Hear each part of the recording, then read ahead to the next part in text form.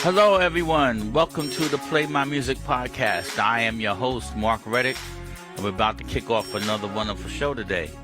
So I have with me at the mic, Mark Cee, all the way from Babylon, New York, my home state.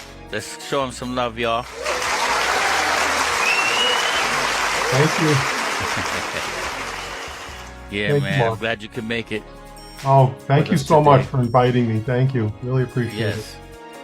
We're going to slow this down a little bit and get to some conversation.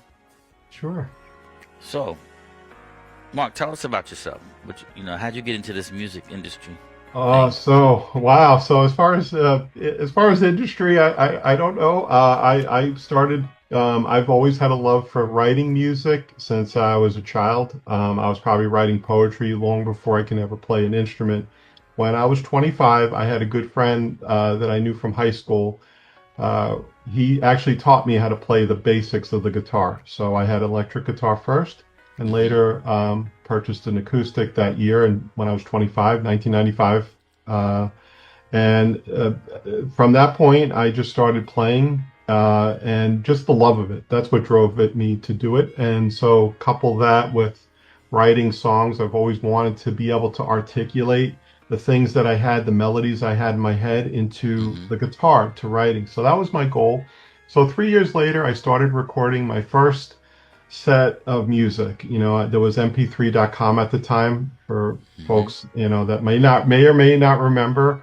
So I was uploading over dial-up, believe it or not, loading tracks, and it was a free-for-all. Basically, loading tracks. I would review music that was posted on the site. So it was like trading reviews, right? So I was doing it because I like to write. I like listening to music.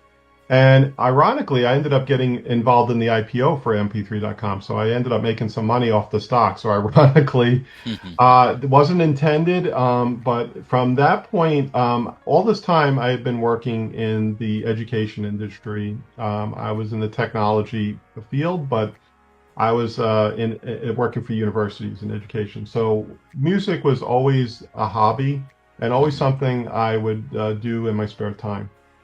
So from that point, several years later, I started recording more music. I got involved with CD Baby. I was releasing things, but nothing like really serious. I would play, and as far as like playing, I'd play I had a local church group and stuff. I would play acoustic guitar, playing stuff. That was my thing. Always playing acoustic and electric. So fast forward to this year or last year,